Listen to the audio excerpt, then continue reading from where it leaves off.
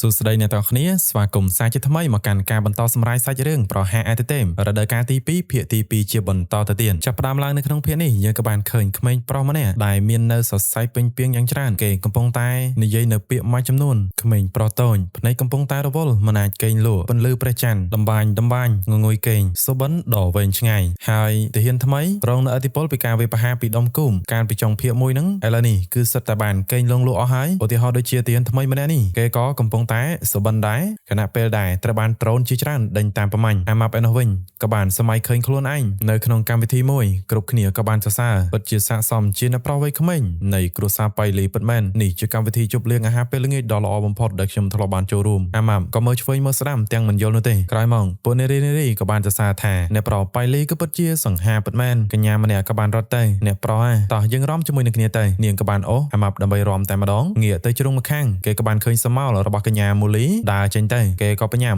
់រត់ទៅរកមូលីប៉ុន្តែក៏ត្រូវបានមនុស្សនៅទីនោះរារាំងរូបភាពក៏បានកាត់ទៅដល់សុបិនរបស់មូលីឯនោះវិញនៅក្នុងគ្រួសារសំលេងក៏បាននិយាយថាដាវកតនារបស់គ្រួសារមូមិនត្រូវបានបន្តដល់មនុស្សស្រីឡើយត្រឡប់ទៅវិញទៅក្នុងសុបិនរបស់កៅយួនឯនេះវិញសំលេងរបស់ស្ដេចខ្មៅក៏បាននិយាយថាតើការបួសនិងការហ្វឹកហាត់ដោយអត់ធ្មត់របស់ឯងវាពិតជាមានប្រសិទ្ធភាពមែនទេតើឯងនឹងបន្តចន់សាកសពរបស់ពួកគេដើម្បីឆ្ពោះទៅមុខមែនទេងាកមកកាន់សុបិនរបស់សិនឈីងជួឯនោះវិញនៅក្នុងថ្នាក់រៀនកំពុងតែឃើញថាសិស្សផ្សេងទៀតមានឪពុកមកទទួលដោយលើកទឹកចិត្តទៅកាន់គេថាមិនអីនោះទេគេគឺជាកូនដ៏ល្អរបស់ម៉ាក់ប៉ាសិនឈីងជូហាក់ដូចជាគិតមកដល់ខ្លួនឯងដែលគ្មានឪពុកម្ដាយងើបចេញប៉ុន្តែដើរទៅបុកជាមួយនឹងប្រូម្នាក់ទៀតគេបានមើលស្រាលទៅកាន់ឈីងជូថាអេតើនេះជាណាក្មេងប្រៃមកពីមណ្ឌលកម្មាកំព្រានតាយ៉ាងម៉េចអត់មានមនុស្សបង្រៀនឯងចេះសំទោសទេត្រូវហើយព្រោះឯងជាមនុស្សគ្មានឪពុកម្ដាយត្រង់ចំណុចមួយនេះសិនឈីងជូខឹងតែម្ដងមាត់ដៃក្តារមុងនៅក្នុងបន្ទប់របស់លោកគ្រូយួនកាងឯនេះវិញយើងឃើញហើយពី monitor គ្រប់គ្នាកំពុងតែធ្លាក់ចូលទៅក្នុងការសន្តំដោយកំពុងតែសុបិននឹងឯងលោកគ្រូហុងគាត់បាននិយាយថាអាចកំបាំងទី1គឺជាដុំគូមវាបានបែងចែកលំហបានដោយជោគជ័យហើយតែទាញចំណាប់អារម្មណ៍ទាហានថ្មីទាំងអស់ចំណែកឯអាចកំបាំងទី2វាគឺជាពេញពីងត្បាញព្រលឹងវាក៏បានបញ្ចេញសមត្ថភាពរបស់វាភ្លាមដែរដោយសមត្ថភាពរបស់វាគឺបញ្ចេញជាការបំភាន់លោកគ្រូយួនណាទាហានថ្មីទាំងអស់ចូលមកដល់ការវាតម្លៃជុំទី2ដែលជោគជ័យហើយលោកគ្រូយួនកាងសមត្ថភាពប្រយុទ្ធរបស់ក្មេងទាំងអស់នេះគឺពិតជាហួសពីការសង្ស័យប៉ុន្តែការសាកល្បងសម្រាប់ការបញ្ចប់ការសិក្សាជាអ្នកការពាររាត្រីដោយធ្វើការតេស្តទៅលើបេះដូងវាគឺរឹតតែមានសារៈសំខាន់តើពួកគេជាប់នៅក្នុងនោះហើយមិនឆ្ពោះដំណើរទៅមុខឬមួយក៏ពួកគេជន់ពីលើវាហើយផ្លាស់ប្ដូរវាទៅជាកម្លាំងដើម្បីបន្តដំណើរទៅមុខស្ថានភាពផ្លូវចិត្តមួយនេះវាគឺជាគន្លឹះនៅក្នុងការកំណត់ផ្លូវនៃអនាគតរបស់ពួកគេតែលោកគ្រូហុងគាត់ក៏សួរថាប៉ុន្តែសូម្បីតែភ្នាក់ងារទេវភាពក៏អាចជាប់អន្ទាក់នៅក្នុងនឹងបានដែរលោកគ្រូយួនកាងប្រាប់ថាសត្វពេញពីងតូចមួយនេះគឺវាពិតជាអស្ចារ្យណាស់នេះជាអាចកំបាំងដែលបន្សល់ទុកពីដូនតារបស់យើងជំរំហ្វឹកហាត់ទាំងមូលឥឡូវនេះស្ថិតក្រោមការគ្រប់គ្រងរបស់វាហើយបន្តមកចាំយើងមើលពីរបៀបដែលវាប្រមាញ់ហើយមើលទៅកាន់ពេញពីងត្បាញព្រលឹងមួយនេះទីបំផុតជោគជ័យហើយពួកគេទាំងអស់គឺត្រូវបានធ្លាក់ចូលក្នុងការបំភាន់ដំបងឡាយចាប់ផ្ដើមជាមួយនឹងអ្នកខ្សោយបំផុតទៅដើរទៅមុខសុកសុងក៏ស្រាប់តែចាប់អារម្មណ៍ថាអាប់នេះវាមកពីណាដើរទៅរកកន្លែងរបស់ឈីយេមកពីមនុស្សម្នាក់នេះមិនបានជាគេញញឹមហើយទស្សនវិជ្ជាក៏បានផ្លាស់ប្ដូរពេញពីងនឹងក៏បានដើរចេះដើរទៅមុខទៅវាមានអារម្មណ៍ថាខ្លួនវាឥឡូវហ្នឹងគឺដើរចូលទៅកាន់កន្លែងចម្លែកនេះដូចជាមិនមែនវាបំភាន់ឈីយេទេតែជាឈីយេទាញវាចូលក្នុងការបំភាន់វិញម្ដងដើរបន្តទៅមុខឈីយេបើកទ្វារដើរចេញមកជាមួយនឹងមើលីនពេញពីងត្បាញព្រលឹងហ្នឹងគឺភ័យបណ្ដោយនេះពួកលោកជាណានាគេឈីយេសូមស្វាគមន៍មកកាន់មន្ទីរពេទ្យវិកលចរិតរបស់អាទិទេមឥឡូវពួកគាត់ទាំងពីរនាក់ធ្វើបាបកូនក្មេងម្នាក់ឯងចាប់គ្នាមកបើមើលទៅកាន់រូបរាងប្រែទៅជាតូចបែបនេះគឺពិតជាខ្ជូតខ្លាំងមែនទែនសូម្បីតែមើលីនក៏សរសើរដែរអាឡឺតនេះគឺពិតជាគួរឲ្យស្រឡាញ់មែនថែមទាំងអាចបង្កើតនូវការបំភាន់ដែលពិតប្រាកដបែបនេះទៀតតែបើប្រឈមជាមួយនឹងមន្ទីរពេទ្យនៅក្នុងផ្លូវចិត្តរបស់ឯងការជ្រៀតជ្រែកការបំភាន់របស់គេនឹងគឺខ្សោយណាស់មិត្តភ័ក្តិរបស់ឈីយេក៏បានមកប្រាប់មើលីនថាកុំភ្លេចលេបថ្នាំផងហើយពេញពីងនឹងក៏បានមកពីក្រោយតែម្ដងគេក៏បានស្រែកឲ្យលោកយាយរបស់គេជួយពេលនោះអាទិទេពនីគឺស៊ឺក៏បានហោះមកអោបទៅកាន់ពេញពីងនឹងយកតែម្ដងមើលចៅប្រុសឲ្យយាយមើលតិចមើលឯងពិតជាធំមែនដូចជាដោះជើងថែម6ទៀតតុនហើយកក់ក្ដៅណាស់ឈីយេមើលទៅកាន់មើលីនភាគរយនៃការព្យាបាលរបស់គាត់គឺនៅតែ0ដដែលគាត់ក៏បបួលមើលីនទៅជជែកគ្នាទៅចូលមកដល់កន្លែងមួយមើលីនក៏បានតោះយើងនិយាយពីការពិតនិងការមិនពិតលោកម្ចាស់តើលោកក៏ថាលោកកំពុងតែរស់នៅក្នុងពិភពคล้ายៗមែនទេឈីយេក៏តបថាអត់ទេមើលីនពិភពលោករបស់ខ្ញុំគឺជាការពិតប៉ុន្តែមើលីនក៏បានថាចាំបន្តិចខ្ញុំគិតថាពិភពលោករបស់យើងមិនមែនជាការពិតទេឈីយេក៏បានបដិសេធអត់ទេមើលីនខ្ញុំមិនយល់ពីអ្វីដែលលោកចង់មានន័យនោះទេប្រសិនបើលោកគិតថាពិភពលោកនេះคล้ายៗនោះគឺវាคล้าย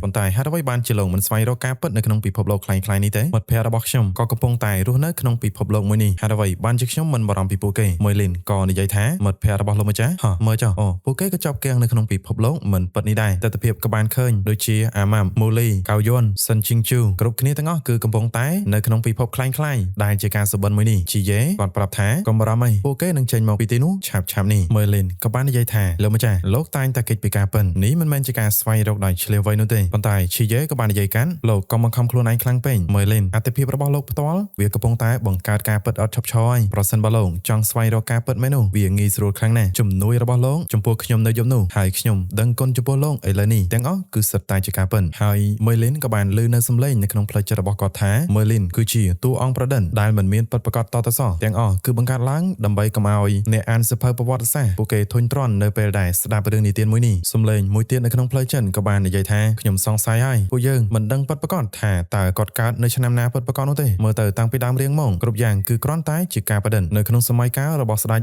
Vertigan ពួកគេទាំងអស់មើលទៅសិតតែคล้ายៗមនុស្សម្នាក់ទៀតក៏និយាយជាសំឡេងថាបើសិនបើមើលលីនមានពិនក្នុងពិភពលោកនេះប្រកាសជាពោពេញទៅដោយគ្រូវេទមន្តតាំងពីយូរណាស់មកហើយសំឡេងខ្លះទៀតក៏បាននិយាយថាគ្មាននរណាគេម្នាក់ដឹងថាមើលលីនគឺជាមនុស្សប្រភេទណានោះទេគ្រាន់តែជាតួអង្គរងលេចឡើងនៅក្នុងរឿងរបស់អ្នកដទៃប៉ុណ្ណោះសមិទ្ធផលខ្លះមិនមែនជារបស់គាត់នោះទេមានសំឡេងបន្ទោសក៏ដូចជានិយាយបង្អាប់ទៅកាន់មើលលីនជាច្រើនវេទមន្តខ្ញុំឈប់ជឿរឿងទាំងអស់នឹងយូរមកហើយអញ្ចឹងមើលទៅគេមិនមាននោះទេคล้ายៗនោះទេគ្មានមើលលីននៅក្នុងពិភពលោកទេគ្រប់យ៉ាងទាំងអស់គឺคล้ายៗពន្លឺនៃការចងចាំនៅក្នុងចិត្តរបស់មើលលីនក៏បានរលត់បាត់ទៅសំឡេងរបស់ជីយេក៏បាននិយាយថាលោកម្ចាស់មើលលីនគួរឲ្យស្ដាយណាស់ពិភពលោកមួយនេះទំនងតែពោពេញទៅដោយភាពភូតកុហកគ្រប់បែបយ៉ាងដូច្នេះយើងគួរតែប្រើប្រាស់កម្លាំងរបស់យើងឲ្យបានល្អជាងនេះដើម្បីស្វែងរកការពិតចាប់ពីពេលនេះតទៅលោកមិនអាចការទៀតទេយ៉ាងហោចណាស់ខ្ញុំជឿលើវត្តមានរបស់លោកគឺជាការពិតយើងនៅក្បែរលោកជានិញមើលលីនក៏បានគិតឃើញទៅដល់នីកស៊ឺក៏ដូចជាមិត្តភ័ក្តិរបស់ជីយេដែលលេងនៅក្នុងមន្ទីរពេទ្យនៅក្នុងផ្លូវចិត្តរបស់ជីយេនេះពួកគេក៏ទទួលស្គាល់ពីវត្តមានរបស់គាត់ដែរមើលលីនក៏បានអរគុណទៅកាន់ជីយេការដឹងគុណរបស់ខ្ញុំក៏ជាការពិតដែរហើយជំងឺផ្លូវចិត្តរបស់មើលលីនក៏ត្រូវបានព្យាបាលបាន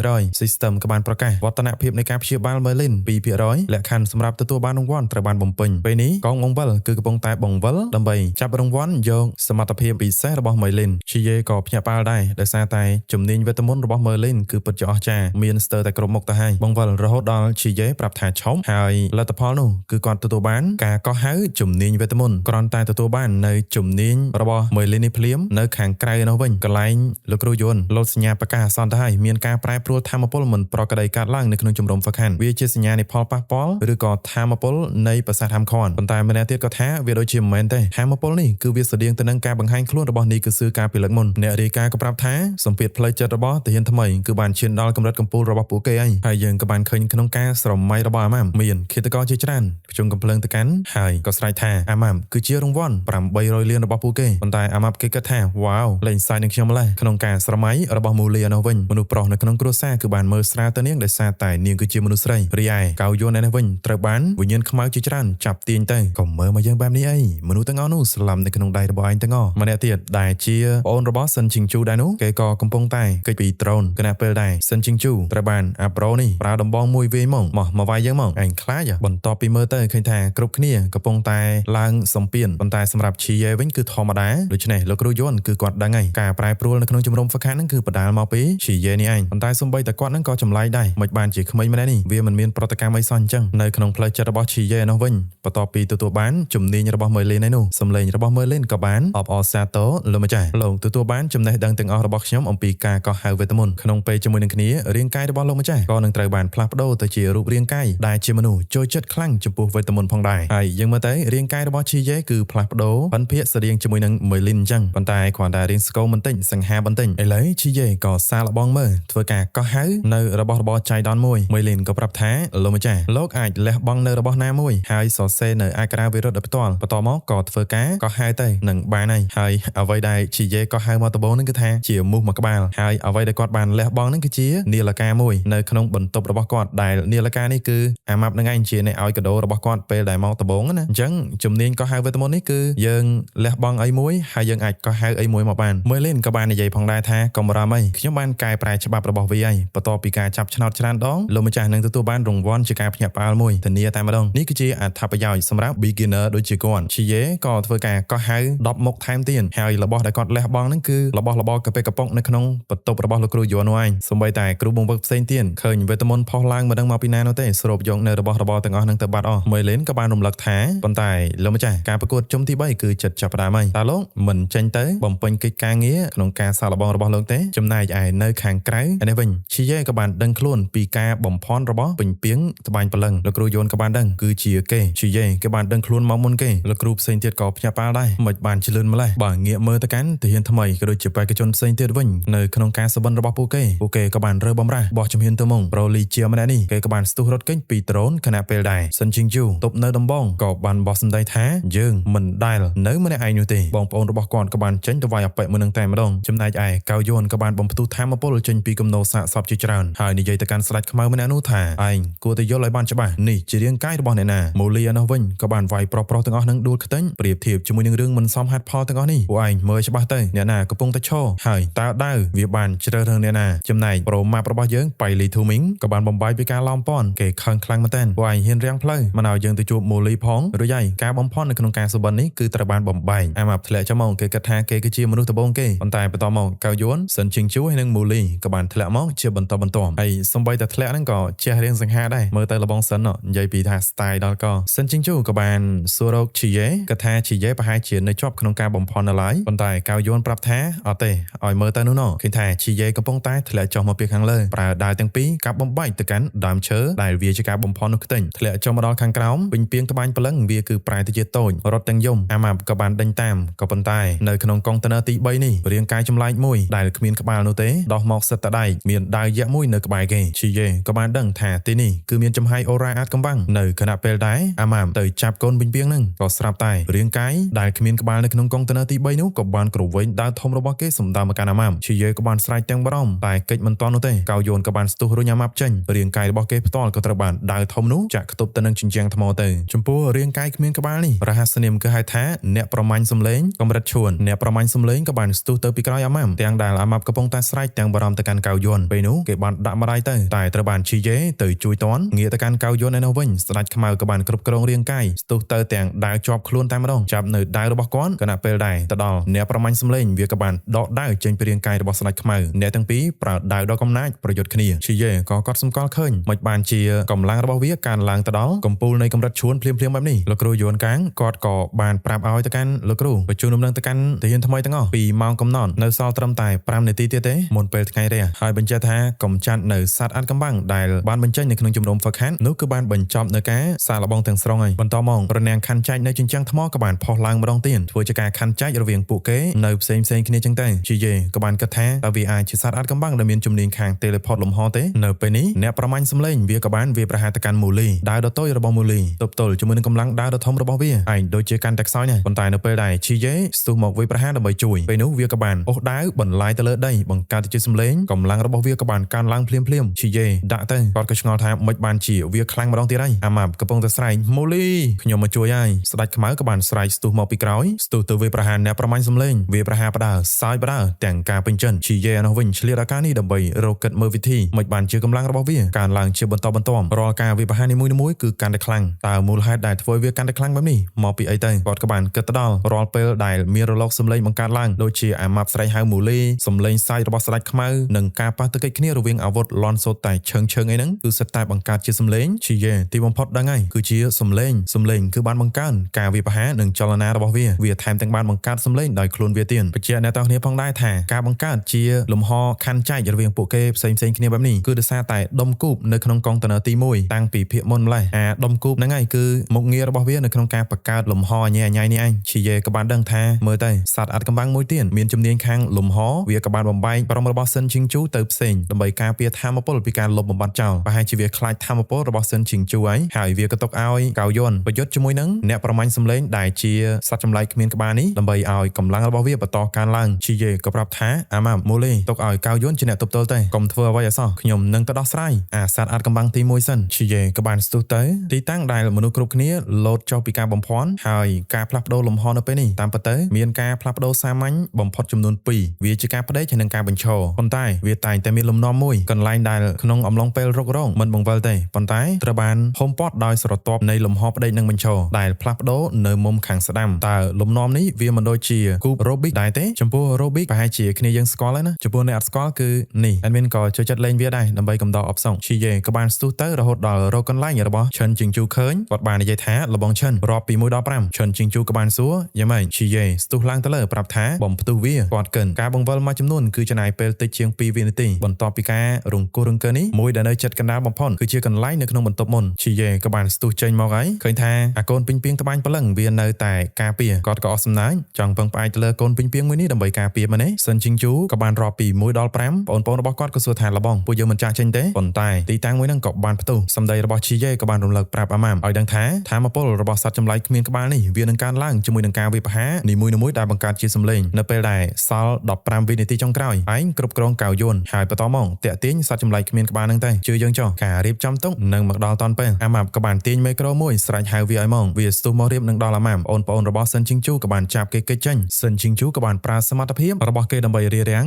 ធម៌ពលរបស់ឯងគឺអស់ហើយជាចុងក្រោយពួកយើងចាត់ការរួមគ្នាមូលីប្រើស្នៀតដាវកាយធ្លាក់ចុះមកវាប្រហារចេញទៅអាម៉ាបានប្រើប្រដាប់វាយមូសផ្ទះមកទំហឹងឈីយេក៏បានបង្ហើយជាមួយនឹងស្នៀតដាវរបស់គាត់ហើយចាប់សពគ្រប់ហើយអាម៉ាប់គេសរសើរទៅកាន់មូលីរបស់គេកុំចាត់សត្វចម្លែកគ្មានក្បាលនេះគ្រាន់តែការវាប្រហារមួយប៉ុណ្ណោះគ្រូវឹងគាត់ក៏សរសើរថាក្មេងៗទាំងអស់នេះគឺពិតជាល្អណាស់ក្រោយមកក៏ឃើញថាបាត់លោកគ្រូយួនកាំងទៅហើយដែលលោកគ្រូយួនកាំងចេញមកខាងក្រៅឯនេះវារយៈពេល1ឆ្នាំហើយយើងពិតជារីករាយណាស់ដែលបានឃើញពួកឯងទាំងអស់គ្នាកាន់តែខ្លាំងអ្នករាល់គ្នាគឺជាអ្នកដែលជោគជ័យបំផុតដែលយើងបានបង្វឹងយើងថែមទាំងបានឃើញអ្នកខ្លះដែលមានសមត្ថភាពអាចចូលទៅក្នុងក្រុមពិសេសទៀតផងដូច្នេះដើម្បីផ្ដល់ឲ្យនៅពេលវេលាដែលគួរឲ្យចងចាំបន្ថែមទៀតយើងក៏រកឃើញរបស់កាន់តែសបាយពីឃ្លាំងរបស់អ្នកការពាររាត្រីលោកគ្រូនៅខាងក្នុងវាមិនអាចទៅរួចទេនេះគឺជាអាចកំបាំងដែលខូខើចាប់យកមកពីសមុទ្រខាងកើតមែនទេកម្លាំងរបស់វាគឺស្ថិតនៅក្នុងហៃរៀមឬក៏កម្រិតសមុទ្រលោកគ្រូយួនកាងបើពួកឯងមិនអាចដោះស្រាយបាននោះទេតោះក៏យើងជាអ្នកទទួលបន្ទុកសមរភូមិមួយនេះសិនជីងជូលើកនេះចាំខ្ញុំជាអ្នកដឹកនាំការវិបហាមូលីនាងក៏មិនខ្លាចនោះដែរកៅយួនវិញសូធរមីធើភូតោះចាប់ផ្ដើមសំឡេងរបស់មើលលេនក៏បាននិយាយថាលោកម្ចាស់ការកោះហៅចំនួន10ទើបតែធ្វើឡើងនោះទេហើយរង្វាន់ធំក៏ត្រូវតែទទួលបានដែរតែលោកម្ចាស់មិនចង់សាកល្បងទេតើមានអ្វីគួរឲ្យភ្ញាក់ផ្អើលនៅពេលដែលកោះហៅនោះពេលហ្នឹងឈីយេក៏ចាប់អារម្មណ៍ដែរគាត់ក៏បានបាត់ខ្លួនតែម្ដងអាម៉ាភ័យបដ យពួកយើងរៀបនឹងចាប់ផ្ដើមមិនបានជាឈីយេបាត់តាណាទៀតហើយនៅពីលើកុងតឺន័រទី4ដែលវារៀបនឹងបង្ហាញខ្លួនពោពេញត្រោយចំហាយខ្មៅស្រាប់តែឈីយេបង្ហាញខ្លួនក្នុងទម្រង់ជារាងកាយគ្រូវេទមន្តកម្ពូលគាត់នឹងបង្ហាញនូវការ surprise មួយដោយធ្វើការកោះហៅបាទអ្វីដែលគាត់កោះហៅមួយនេះគឺពិតជាធំមែនតើហើយធ្លាក់មកតបនឹងគឺជាកំប៉េះគូនទាំងផ្អើលអស់មកជំរុំរូបរាងយក្សដ៏ធំសម្បើមអុកទៅលើកុងតឺន័រមួយនោះធ្វើឲ្យអាសត្វអាត់កំបាំងដែលវារៀបនឹងបង្ហាញខ្លួននឹងគឺគ្មានឱកាសសូម្បីតែបង្ហាញខ្លួនពីព្រោះថានៅពីក្រោមអ្វីដែលឈីយេបានកោះហៅមកនេះអាម៉ាប់ក៏និយាយថានេះគឺជាវេទមន្តឈីយេឈរចេះរៀងយ៉ាងសង្ហាបែបគ្រូវេទមន្តពេលនោះប្រព័ន្ធក៏បានប្រាប់ទៅកាន់លោកគ្រូថាសត្វអាត់កំបាំងទាំងអស់គឺត្រូវបានសម្លាប់ហើយលោកគ្រូយួនកាងអស់ពាក្យនិយាយបដ យអាម៉ាប់ស្រែកថាលោកគ្រូមិនបានមិននិយាយទៅក្រហមបន្ទិញការប្រឡងបញ្ចប់ការសិក្សារបស់ទាហានថ្មីត្រូវបានបញ្ចប់ជាផ្លូវការអបអរសាទរអ្នកទាំងគ្នាដែលបានប្រឡងជាប់សាច់រឿងរបស់យើងនៅក្នុងភាគទី2រដូវកាលទី2ក៏បានបញ្ចប់សិនបើពេញចិត្តកុំភ្លេចជួយចុច like និង subscribe ឲ្យadminម្នាក់មួយផងណាអរគុណច្រើនយើងចាំជួបគ្នានៅវីដេអូក្រោយ